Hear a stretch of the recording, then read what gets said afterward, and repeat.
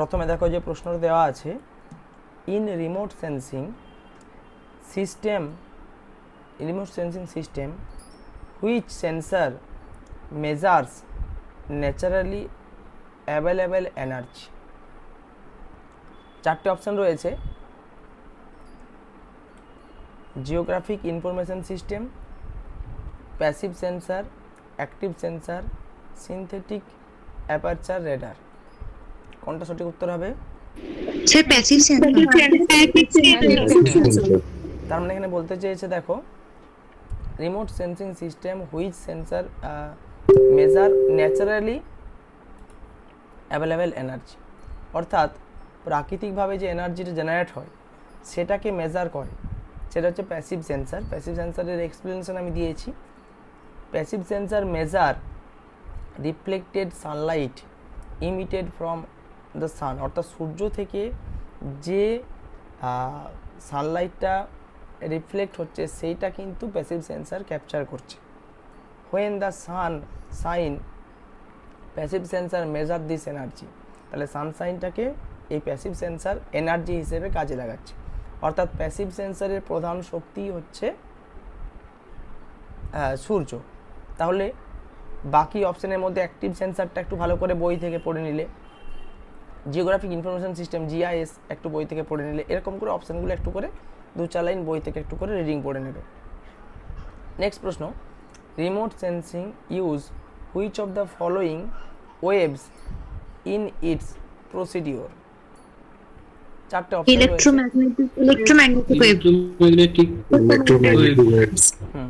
এখানে EM electromagnetic, অর্থাৎ electromagnetic waves are used in case of remote sensing. আমরা জানি রিমোট সেন্সিংয়ে যে সমস্ত কার্যকলাপগুলো করা হয় বেশিরভাগটাই হচ্ছে এই ইলেকট্রোম্যাগনেটিক ওয়েভের মাধ্যমে, ঠিক আছে, ইলেকট্রোম্যাগনেটিক রেডিয়েশন যেটাকে বলা হয়।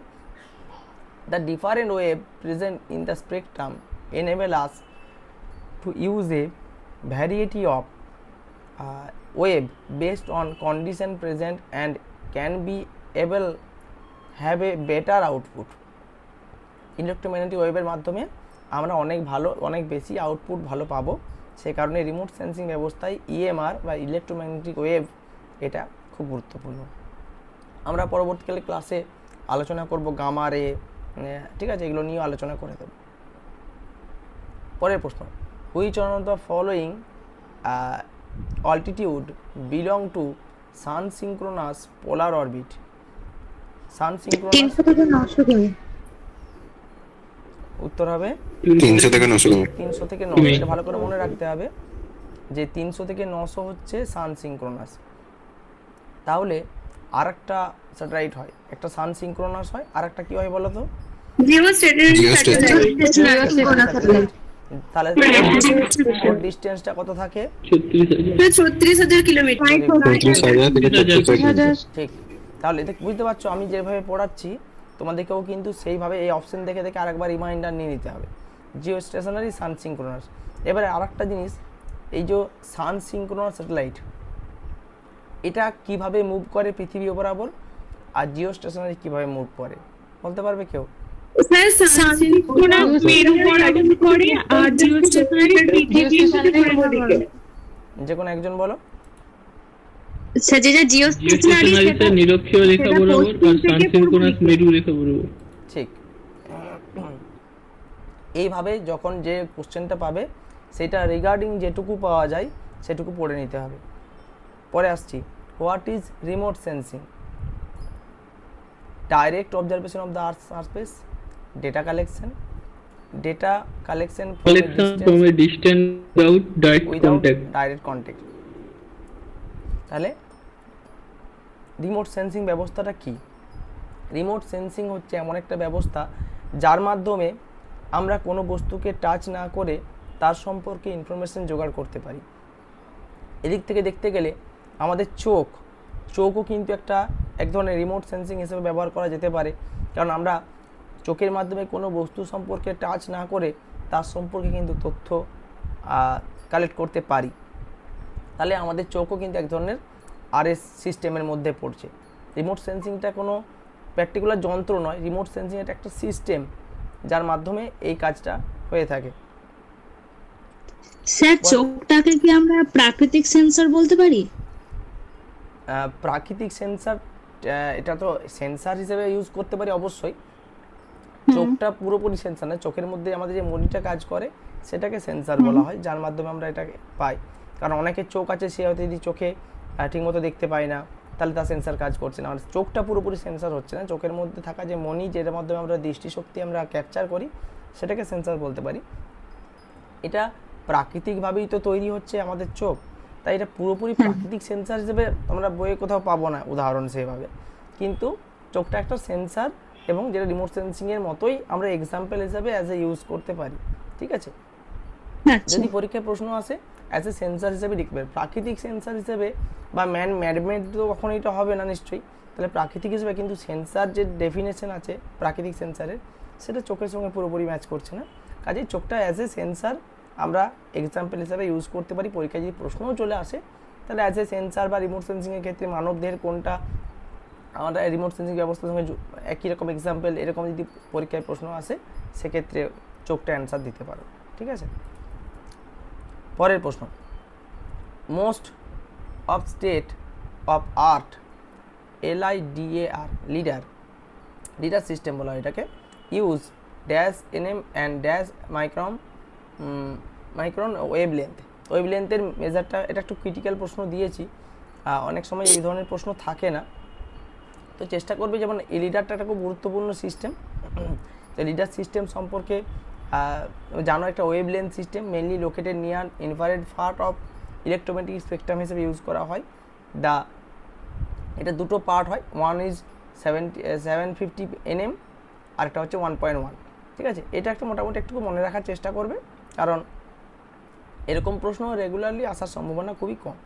ঠিক আছে, যেহেতু লিডার সিস্টেমটা খুব ইম্পর্টেন্ট, এইটা সম্পর্কে একটু তথ্য কালেক্ট করে রাখবে। পরের প্রশ্ন, স্যার হ্যাঁ বলো। সেন্সর, নন ইমেজিং সেন্সর, এর পুরো নামটা মনে রাখবে। লিডারের পুরো lidar light detection and ranging. ঠিক। এটা অ্যাকচুয়ালি বিশেষ করে একটা যে কোনো জায়গাকে, মানে যে কোনো মডেলকে 3D হিসাবে প্রডিউস করতে, 3 ডাইমেনশনাল, এই লিডারকে আমরা ইউজ করি। এরকম প্রশ্ন চলে আসতে পারে পরীক্ষায় যে 3D মডেল, আর্থ সারফেসের মধ্যে যদি মডেলকে 3D হিসেবে দেখাতে চাই, সেক্ষেত্রে আমরা কি ইউজ করতে পারি, তখন অপশান 4টে দিয়ে দেবে। লিডার কিন্তু 3D হিসাবে ইউজ করা যায়, বোঝা গেছে।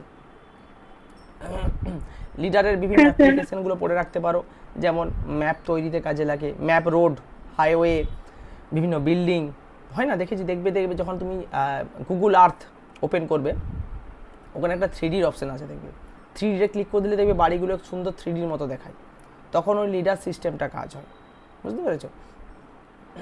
তার লিডার সিস্টেমের কিন্তু খুব গুরুত্বপূর্ণ ভূমিকা রয়েছে 3Dর জন্য। ঠিক আছে, বিভিন্ন এয়ারবোর্ন, মোবাইলেও এই সিস্টেমে কাজ করা হয়। 3D মডেলের জন্য স্পেশালিস্ট হচ্ছে লিডার সিস্টেম, মনে রাখবে। রেডারের মাধ্যমে 3D এটা কাজ করে? এটা রেডার নয়, লিডার, LIDAR, স্পেলিংটা হচ্ছে LIDAR, লিডার। ঠিক আছে, রেডার নয় কিন্তু। পরে সোনার image is an example of, এর উত্তর দেওয়া রয়েছে প্যাসিভ আর অ্যাক্টিভ। সোনার uses sound wave to see in water. There are 2 types of sonar. এটা হচ্ছে অ্যাক্টিভ আর প্যাসিভ। একদম ঠিক বলেছো। সোনার সিস্টেমটা যেহেতু সমুদ্রের নিচে বা জলের নিচে কাজ করতে পারে এই সেন্সারটা, তাহলে এটা সাবমেরিন টাইপ যে সমস্ত জলজাহাজগুলো রয়েছে, এগুলো জলের তলে যাচ্ছে, তাদেরকে এই সেন্সারকে ইউজ করতে দেওয়া হয়, যাতে এটা as well as passive as well as active দুটো হিসাবেই কাজ করতে পারে। খুব পাওয়ারফুল একটা সেন্সার, এবং সামনে কোনো কিছু বাধা আছে কি না, কোনো টার্গেটকে সে ক্যারেক্টারিস্টিক্স করতে পারে, অর্থাৎ সামনে কি আছে সেটা তার বৈশিষ্ট্য সম্পর্কে সে তথ্য আদায় করতে পারে। এত পাওয়ারফুল একটা সেন্সার, যেটা জলের তলে কাজ হয়, তাই খুব গুরুত্বপূর্ণ। এখান থেকেও সোনার থেকে প্রশ্ন আসার সম্ভাবনা রয়েছে, এই কারণে প্রশ্নটা দিয়েছি। পরে, what is the repeat period for the Landsat series satellite? 16 to 18 থেকে 18 days। 16 to 18 days, ঠিক আছে, উত্তর ঠিক বলেছো। এখানে দিয়েছে each satellite make a complete orbit, একটা প্রত্যেকটা স্যাটেলাইট একটা নির্দিষ্ট সময় থাকে অরবিটকে কমপ্লিট করার। Every 99 minutes complete about 14 full orbit each day and cross every point on earth once every 16 days. তাহলে কোনটা উত্তর হবে? 16 to 18 16 to 18 days. এটা মাথায় রাখবে, 18 days 16 to 18 days. The distance between sir resolution সম্পর্কে পরীক্ষায় প্রশ্ন আসতেই পারে। Resolution in remote sensing is the level of detail that can B captured in A image. অর্থাৎ একটা ইমেজে ডিটেলস যদি কোনো তথ্য সে আদায় করতে পারে, ঠিক আছে, সেটা তার রেজলিউশন। আমরা বলি না মোবাইলে 720 পিক্সেল, 1080 পিক্সেল, এগুলো কি? এটা এই পিক্সেলগুলোর উপর ডিপেন্ড করে এই রেজলিউশনটা। 4টে টাইপ ঠিকই বলেছো, স্পেশিয়াল, স্পেকট্রাল, রেডিওমেট্রিক আর টেম্পোরাল। স্পেশিয়াল বলতে কি? স্পেশিয়াল রেজলিউশন হচ্ছে the size of the smallest features that can be detect by a sensor. সবথেকে ছোট্ট যে সাইজটাও ফিচার্সের, সেটাকে ডিটেক্ট করতে কাজে লাগে এই স্পেশিয়াল রেজলিউশন। তাহলে স্পেকট্রাল কি? The ability of sensor to measure specific wavelength of EMR, sorry electromagnetic, হ্যাঁ ইলেকট্রোম্যাগনেটিক রেডিয়েশন। তাহলে স্পেকট্রালের কাজ কি? স্পেসিফিক ওয়েভলেন্থকে ডিটেক্ট করে। রেডিওমেট্রিকের কাজ কি? The amount of information in pixel, each pixel or the number of bits representing energy recorded, অর্থাৎ পিক্সেলের অ্যামাউন্টটা কত আছে, বিটস কত, বাইটস কত, এগুলোকে রেকর্ড করে রেডিওমেট্রিক। আর রয়েছে কি? টেম্পোরাল। টেম্পোরালের কাজ কি? The number of time an object is sampled on how often data are obtain for the same area. অর্থাৎ একটা অবজেক্টকে কত টাইমস সেটাকে লক্ষ্য করা হচ্ছে, সেই এরিয়াটাকে অবটেন করা হচ্ছে, কতবার ডাটা কালেক্ট করা হচ্ছে, নাম্বার অফ টাইমস, সেটাকে ডিটেক্ট করা। এই রেজলিউশনের ক্ষেত্রে সেন্সার বলো, তারপর স্যাটেলাইটের orbit, atmospheric condition, image interpreter যে করছেন ইন্টারপ্রিটার, এরা সবাই গুরুত্বপূর্ণ ভূমিকা পালন করে।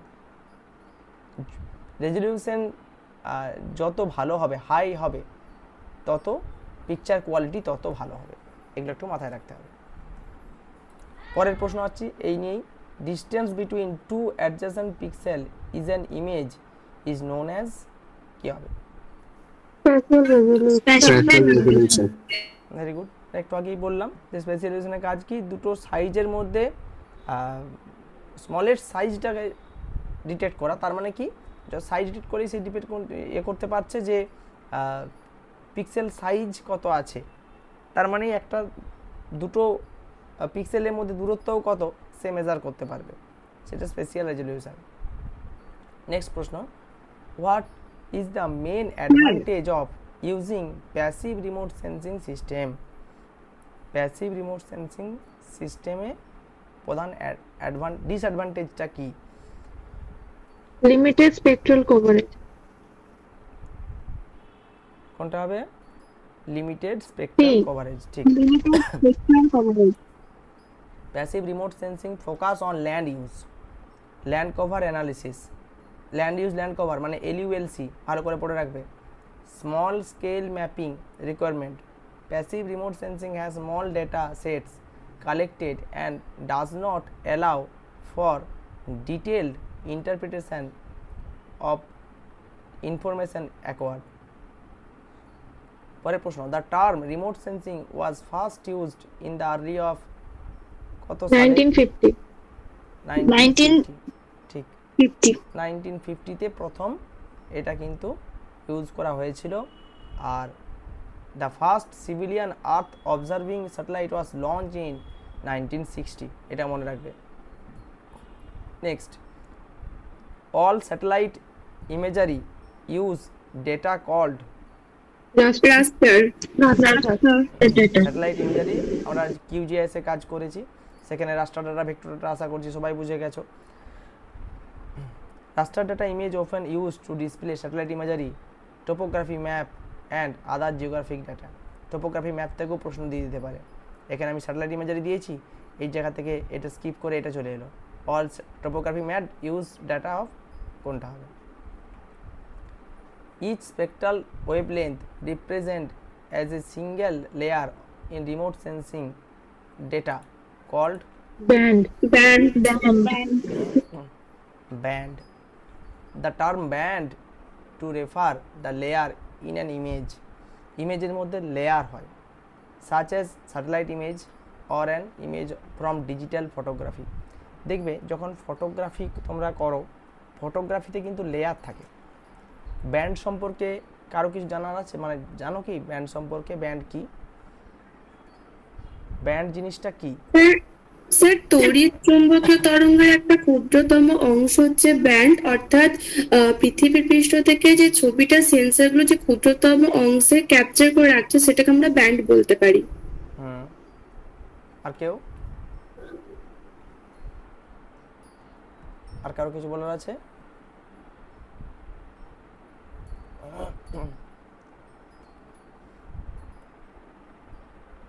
ডিভাইস বা যন্ত্র হিসেবে তো গণ্য।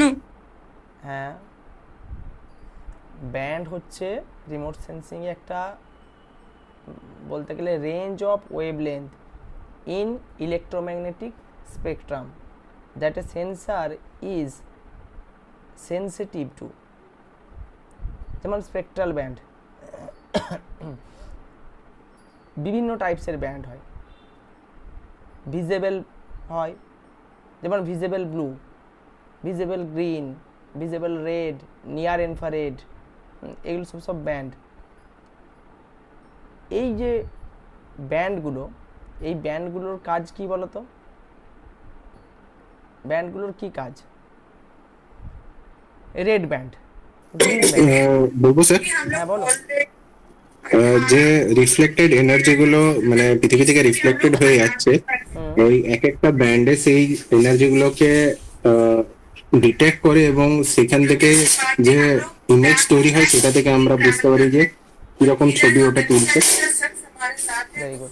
দেখো ব্যান্ড কি হয়, ব্যান্ডের ক্ষেত্রে বিভিন্ন কালারের ব্যান্ড হলো মনে করো। ব্যান্ডকে আমরা সাধারণভাবে বলতে পারবো বর্ণালী। কি বলবো? বর্ণালী। যেমন তুমি যদি একটা ডিজিটাল ক্যামেরায় ছবি তোলো, সেই ছবিতে যখন তুমি ছবিটা ক্লিক করলে, সেখানে সাপোজ সামনে তোমার কোনো অবজেক্ট আছে যেখানে লাল, সবুজ, নীল তিনটে ধরনের রঙই কিন্তু ওই ছবির মধ্যে রয়েছে বা সামনের ফিচার্সের মধ্যে রয়েছে। তাহলে ডিজিটাল ক্যামেরা কি শুধু লালটাকে ক্যাপচার করবে, বাকিটাকে করতে পারবে না? এটা হতে পারে? তা নিশ্চয় নয়। তিনটে কালারের ছবিকেই সে ক্যাপচার করছে। তার মানে ক্যামেরাতে তিনটে ব্যান্ডকে ইউজ করা হয়েছে। সেই ব্যান্ড কি করছে? যে ডেটাটা তুমি কালেক্ট করলে সেটা কি কালার, সেই ব্যান্ড তৎক্ষণাৎ সেটাকে ডিটেক্ট করে নিচ্ছে, সেই অনুযায়ী সেই কালারটাকে দেখাচ্ছে। হয়তো যে ক্যামেরাতে আছে, ক্যামেরার ব্যান্ড 1-এ রেড দেওয়া আছে, ব্যান্ড 2-তে দেওয়া আছে গ্রিন, ব্যান্ড 3-তে দেওয়া আছে ব্লু, ব্যান্ড 4-এ এরকম করে ব্যান্ডগুলো দেওয়া আছে। যার যখন কাজ সে তখন সেই অবজেক্টটাকে ডিটেক্ট করে নেয়। এটা হচ্ছে ক্যামেরার ক্ষেত্রে। সেরকমই আমাদের জিআইএস সিস্টেমও বা রিমোট সেন্স সিস্টেমেও কিন্তু ব্যান্ডটাকে এইভাবেই করা হয়, যাতে কোনটা কি কালার সেটাকে সে ডিটেক্ট করতে পারবে সহজেই। বোঝা গেছে? পরের প্রশ্নে চলে আসি। Longest visible wavelength. এখানে পরের প্রশ্নটা রিলেটেড দিয়েছি। লংগেস্ট ভিজিবল ওয়েভলেন্থ কার রয়েছে? কোন ব্যান্ডের? Green, red. এই কারণে দেখবে আমাদের ট্রাফিকে যখন কোনো রেড সিগন্যাল থাকে সেটা সবথেকে বেশি ভিজিবল হয়। রেড যেহেতু একটা বিপদের সংকেত হিসেবে ইউজ করা হয়, সেখানে রেড দেখবে ওর ভিজিবল লেন্থটা অনেক বেশি, অ্যারাউন্ড 700 ন্যানোমিটার, এটা মনে রাখবে। আর ভায়োলেট হচ্ছে সবথেকে কম, যেটা হচ্ছে 380 ন্যানোমিটার। অবশ্যই এই দুটো মনে রাখতে হবে। Next, who coin the term remote sensing? Remote sensing টার্মটা কে প্রথম ব্যবহার করেছিল? এই প্রশ্নটা বারবার ঘুরিয়ে ফিরিয়ে আসে এই পরীক্ষাতে। রিমোট এ অপশন এ, বলো। অপশন এটা হবে। Option A Evelyn Evelyn Pruitt. হ্যাঁ, প্রুইট। ঠিক আছে, সালটা মনে রাখবে 1950।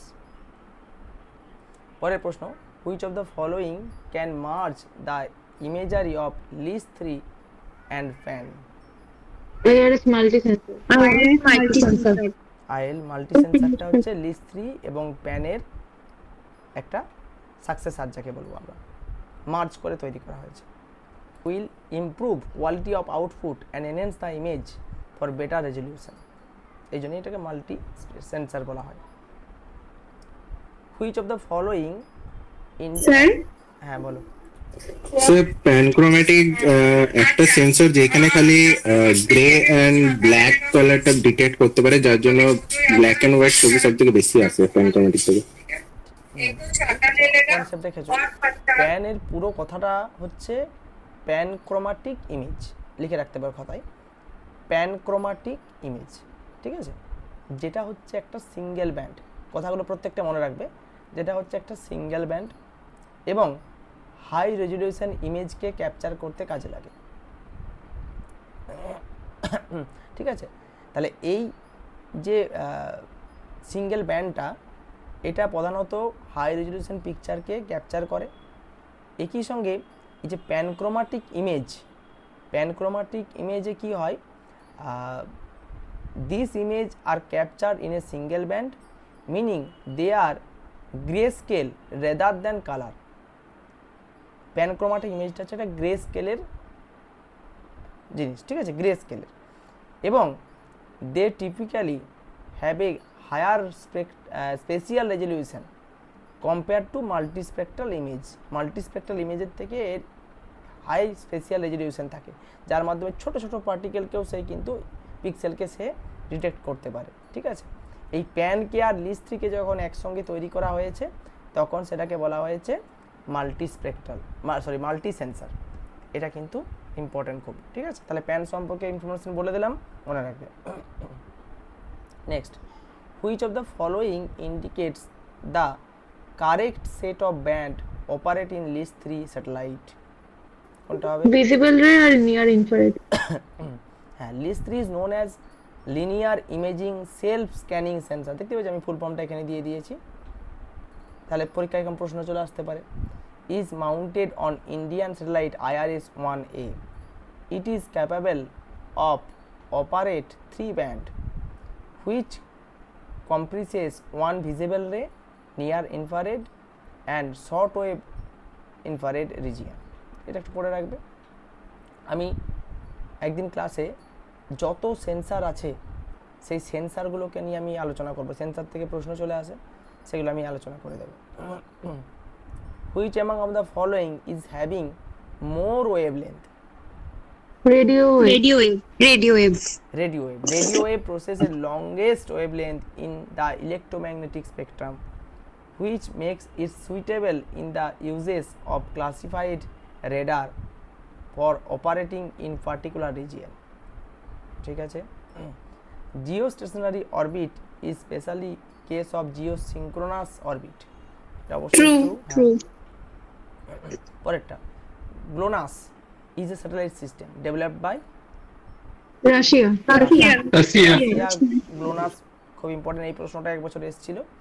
ঠিক আছে, তাহলে GLONASS স্যাটেলাইট সম্পর্কে একটু পড়ে রাখবে, রাশিয়া সম্পর্কে। সান সিঙ্ক্রোনাস স্যাটেলাইট রেফার, এখন প্রশ্নটা দিয়ে দিয়েছি। সান সিঙ্ক্রোনাইজ বলতে কি বোঝো? কোনটা অপশন হবে? Pass around the earth along the poles. Sun synchronous satellite move around the earth and always gets its power source from the sun. ঠিক আছে, অপশন বি। পরের প্রশ্ন, geostationary orbit is dash কিমি above the earth equator? 35,786। হ্যাঁ, অনেক বইতে এটা মনে হয় 36,000 দেওয়া আছে, দেখবে। হ্যাঁ, আমাদের বইতে আছে 36,000। ঠিক আছে, এইটা অরিজিনালটা মনে রাখবে, এটা মাইলেও দিয়ে দিয়েছি, সেটা দুটোই কিন্তু মনে রাখবে। অনেক সময় পরীক্ষা একটু ঘুরিয়ে কিমির জায়গায় মাইল দিয়ে দেয়, তাহলে মাইলটাও তোমাকে কিন্তু মনে রাখতে হবে। How many band in Landsat image? Landsat ইমেজে 7 bands 7 ব্যান্ডকে ইউজ করা হয়েছে, ঠিক। Next, IRS which type of satellite? polar Polar sun synchronous. IRS system is a largest constellation of remote sensing satellite for civilian use in operating today in the world with 11 operational band satellites. Sorry, all these are placed in polar sun synchronous orbits. তাহলে IRS সিস্টেমটা সবটাই কিন্তু সব পোলার সান synchronous অরবিটে place করা হয়েছে। পরের, এটা একটা সিস্টেম করা হয়েছে, IRS সিস্টেম এভাবেই করা হয়েছে।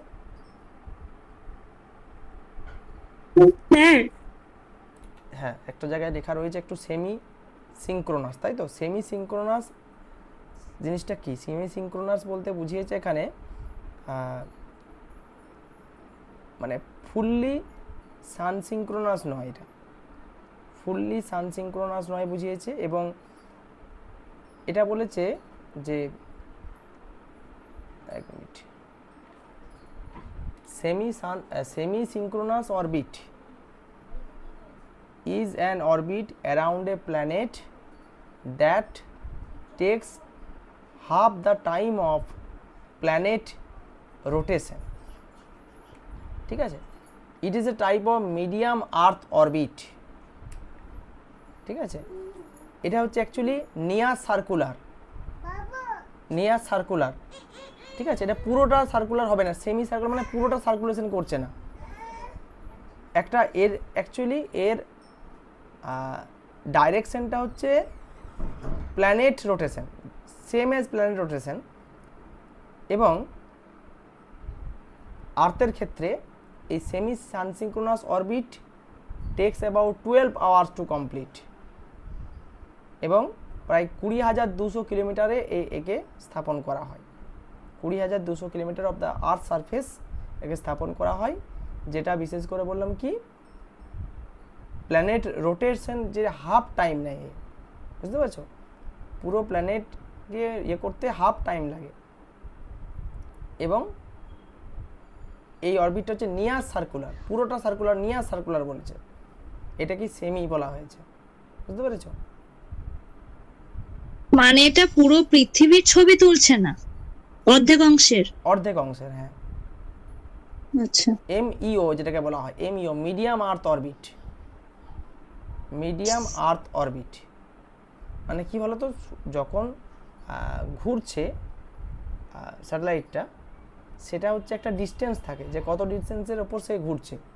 যেমন যেটা বললে সান সিনক্রোনাসের, ওটার কত থাকে যেন বললে, কত বললে ওটা সান সিনক্রোনাসটা কত ডিস্টেন্সে ঘোরে? 300 থেকে 900 কিলোমিটার। 300 থেকে 900। জিও স্টেশনারি কত ডিস্টেন্সে ঘোরে? 35,786। হ্যাঁ, এইটা হচ্ছে স্ট্যাটিক। জিও স্টেশনারি হচ্ছে স্ট্যাটিক, যেটাকে বলা হয় GEO মানে জিও স্টেশনারি অরবিট। আরেকটা হয় মিডিয়াম আর্থ অরবিট, তার থেকে কাছে, যেটা ওই বললাম ওই অ্যাকচুয়ালি মাইল হিসাবে ধরলে 110 থেকে 130 মাইলের মধ্যে থাকে, যেটা বলা হচ্ছে MEO মিডিয়াম আর্থ অরবিট। আর একটা থাকে একদম কাছে ঘুরবে, সেটা হচ্ছে লো আর্থ অরবিট, যেটা 20 থেকে 25 মাইলের মধ্যে থাকবে। তাহলে যে স্যাটেলাইট যত পৃথিবীর কাছে ঘুরবে তার তো ক্যাপাসিটিতে তো কম হবে। দূর থেকে পৃথিবী দেখলে পুরো পৃথিবী যেমন দেখতে পাবো, আমি যত কাছে যাব আমার তো পৃথিবীর অংশ কমে আসবে, বুঝতে পারছো কি বলতে চাইছি? যত তুমি কাছে আস্তে আস্তে যাবে, হ্যাঁ স্যার, মানে হ্যাঁ এরিয়াটা কমে যাবে। ওই জন্য এটাকে সেমি সার্কুলার, সেমি সিনক্রোনাস বলা হয়েছে। তাহলে MEO একটা GEO আর একটা LEO, মনে রাখবে তিনটে। নেক্সট স্যার, হ্যাঁ বলো। পরের হচ্ছে INSAT, Meteosat, example of sun synchronous, geostationary, radar আর ন্যাচারাল। জিওস্টেশনারি। ইনস্যাট Geostationary. ইনস্যাটের পুরো নাম হচ্ছে Indian satellite national satellite.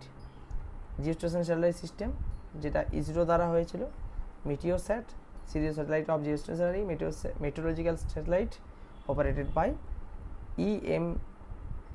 EUMETSAT who launched remote sensing satellite for the first time। হ্যাঁ বল। মিটিওসের যে স্যাটেলাইটটা সেটার প্রধান কাজ হচ্ছে ওয়েদার অ্যান্ড ক্লাইমেট, ঠিক আছে। এছাড়াও এর প্রধান আরেকটা কাজ আছে, সেটা হচ্ছে পৃথিবীর ছবি তুলতেও এ সাহায্য করে, অর্থাৎ which help improve weather forecasting and climate changing monitoring.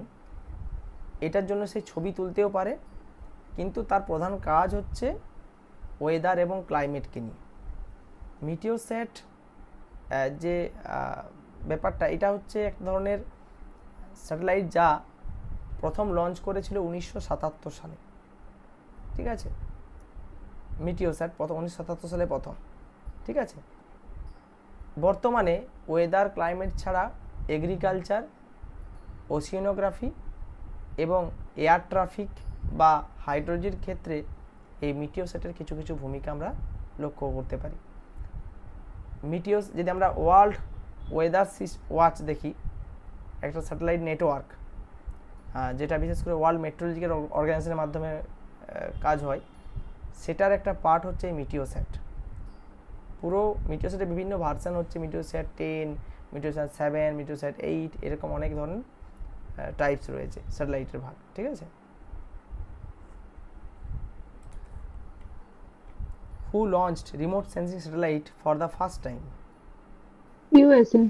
USA হচ্ছে 1972। পরের, which of the following is a remote sensing application commonly used in agriculture or for crop monitoring? NDVI Normalized difference Difference vegetation index vegetation index. is a widely used metric for qualifying the health and density of vegetation using sensor data. Next, which type of the satellite imagery is often used for urban planning and monitoring land use change? Multispectral imagery. Multispectral imagery, ঠিক। What does DEM stand for in remote sensing? মানে full form Digital elevation model. a raster grid or very earth elevation value. Which of the following indicate the correct set of combination in radio wave? Longer wavelength, less frequency. Option কত? B. B. Radio waves are type of electromagnetic radiation with lowest frequency and the longest wavelength in the electromagnetic spectrum.